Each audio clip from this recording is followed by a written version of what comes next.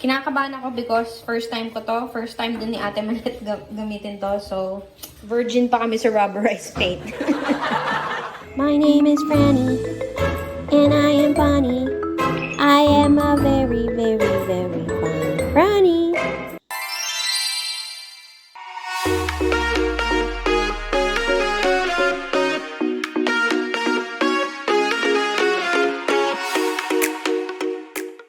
So, na first layer na siya. The color is... Ayan. Pale Nile. Ay, ba't natanggal siya? Basta pale Nile yan. So, it's like, it's a green-gray shade. Tapos, what we're gonna do next after the painting is mag-rubberize. So, first time namin gagamit ng rubberized paint.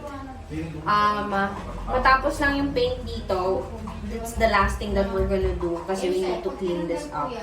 So where are you gonna put the rubberized paint? We're gonna put it here sa counter. The color scheme dito sa kitchen will be green, yellow, and white.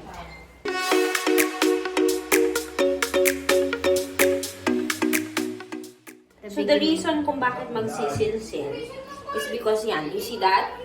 May mga lumang kahoy, and then may mga uneven na semento. So, ngayon, sisilsilin siya ng paganyan, like that. Oh. Yan, to get those out. Para magpantay. See? This has halong wood and cement yan.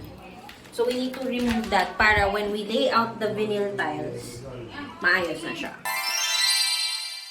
Kakabit na kami ng vinyl tiles. This is going to be the tiles for the kitchen floor. Okay, meron kaming technique ni Ate Manet. Siya maglalagay ng glue, magkakabit ng tile at tatapak. Dahil ako yung mataba. Ako yung mabigat.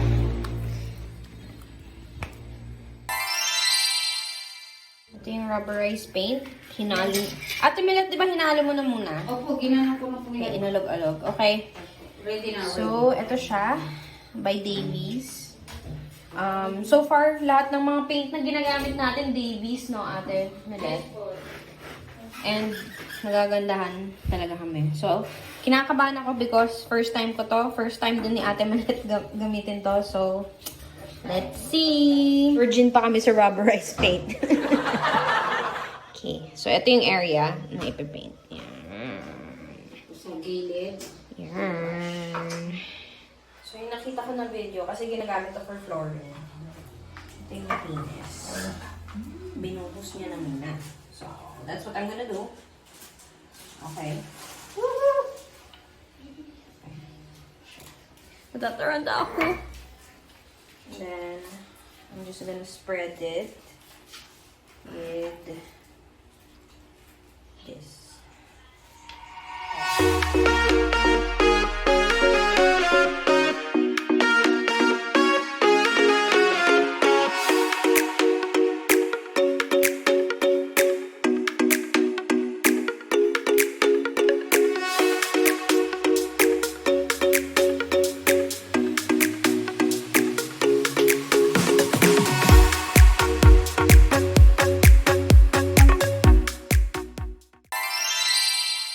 My mother is making a cabinet for Ate Marisa's house.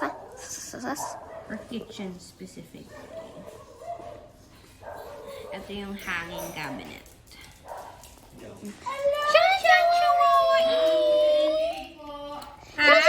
Come here. So, my son and my daughter. Hello, I'm back from a month ago.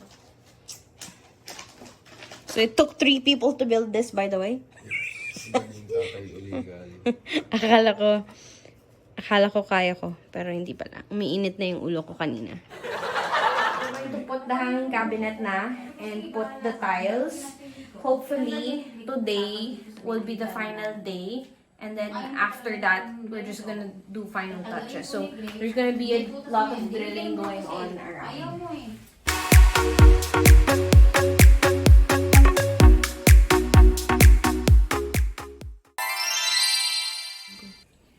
So, right now, yung ginagawa namin is mag-additional tile kami dito na design. This is the design. Different ano siya.